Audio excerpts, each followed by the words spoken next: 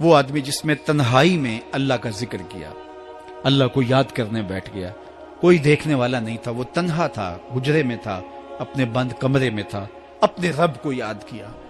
اللہ کی یاد کرتے کرتے اس کی آنکھوں سے آنسو ٹپکنے لگے، اس کی آنکھیں آنسوؤں کا خراج دینے لگی۔ تو میرے اور آپ کے آقا و مولا نے فرمایا کہ یہ آنسو اتنے قیمتی ہیں، ان آنسوؤں کے بدلے میں قیامت کے دن اسے عرش الہی کا سایہ نصیب ہوگا، عرش الہی کا سایہ اسے نصیب ہوگا ان آنسوؤں کے بدلے میں۔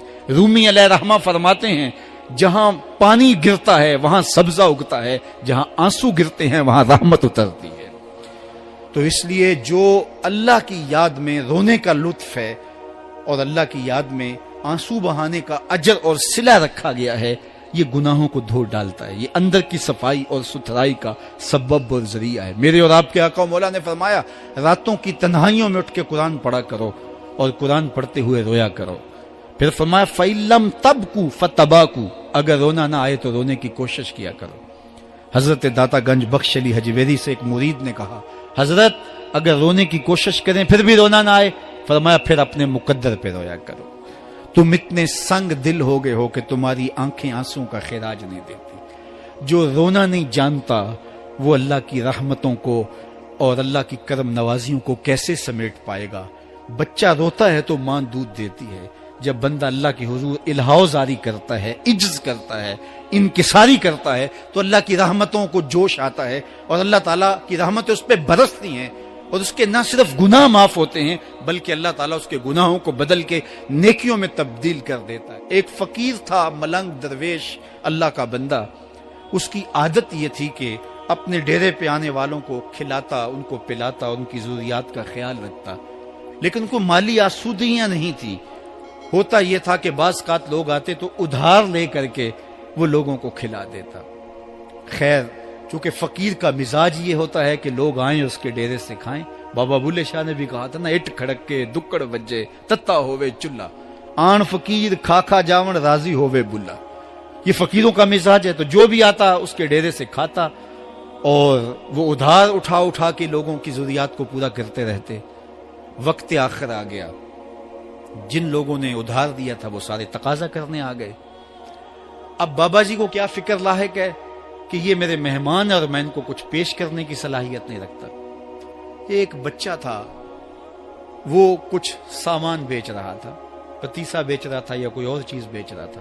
اس نے گلی سے گزرتے ہوئے آواز لگائی، خادم کو کہا سے بلا کے لاؤ، کہا تم بیچ رہے ہو تو میرے مہمانوں کو کھلا دو۔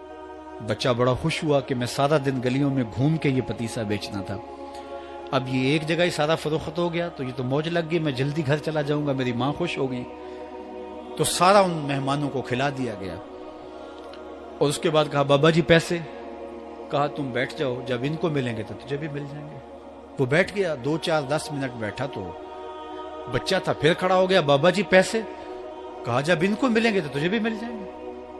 پھر آدھا گھنٹہ گزرا تو پھر اس نے کہا بابا جی پیسے، میری ماں میرا انتظار کر رہی ہے، ہمارے گھر کا چولہا اسی سے جلتا ہے، میں یہ پیسے لے کر جاؤں گا اور میری ماں کوئی ہنڈیا خریدے گی اور ہم شام کا گھر کا کوئی سلسلہ کریں گے۔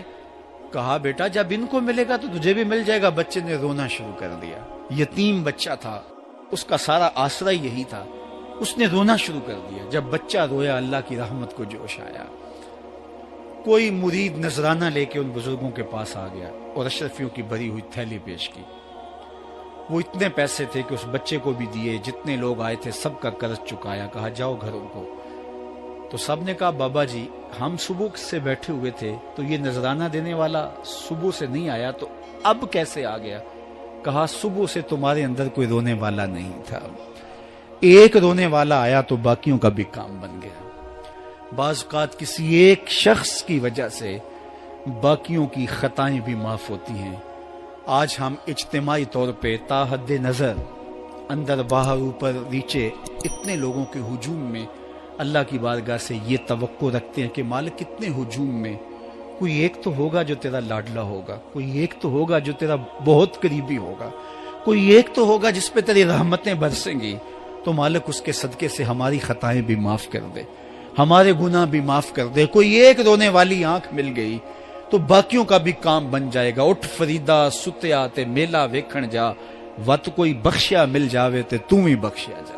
میرے مالک ہم سب کی خطائیں معاف کر دے, ہم سب سے درگزر فرما, اور ہم سب کے باطن کو ستھرائیاں دے دے, ہمارے اندر کو پاکیزگیاں دے دے.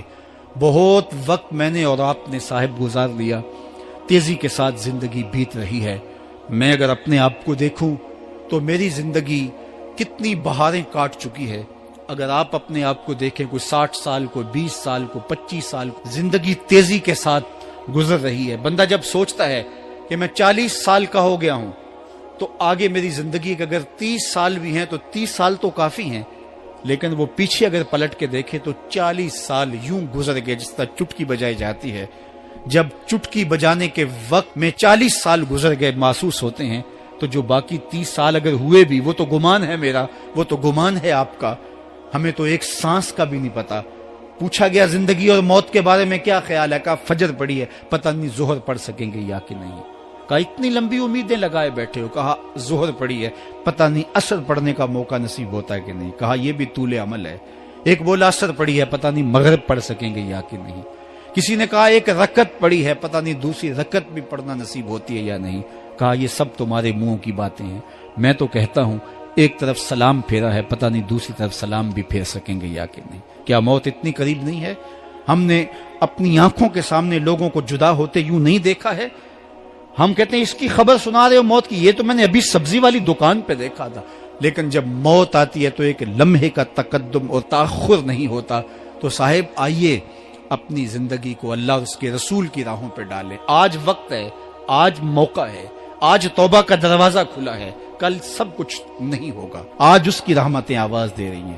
آج وقت ہے, وقت پر کافی ہے ایک قطرہ بھی آب خوش ہنگام کا.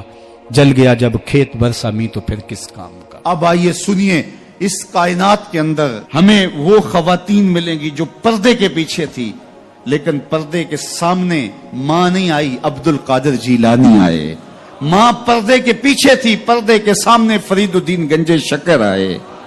ماں پردے کے پیچھے تھی, مہر و ماں نے بھی آنچل نہیں دیکھا, لیکن پردے کے سامنے کربلا میں حسین ابن علی آئے. تو یہ پردے کے سامنے آئے, وہ پردے کے پیچھے تھی. تو جب مائیں پردے کے پیچھے ہوں تو پھر بیٹے جو ہیں وہ پردے کے سامنے آ کے وہ نقش ثبت کرتے ہیں کہ جو لوگوں کے زندگی کے نقوش کو جو ہے وہ اجال دیتے ہیں اور تقدیر بدل دیتے ہیں. تو اس لیے ماؤں کی ذمہ داریاں گھر سنبھالنا ہے,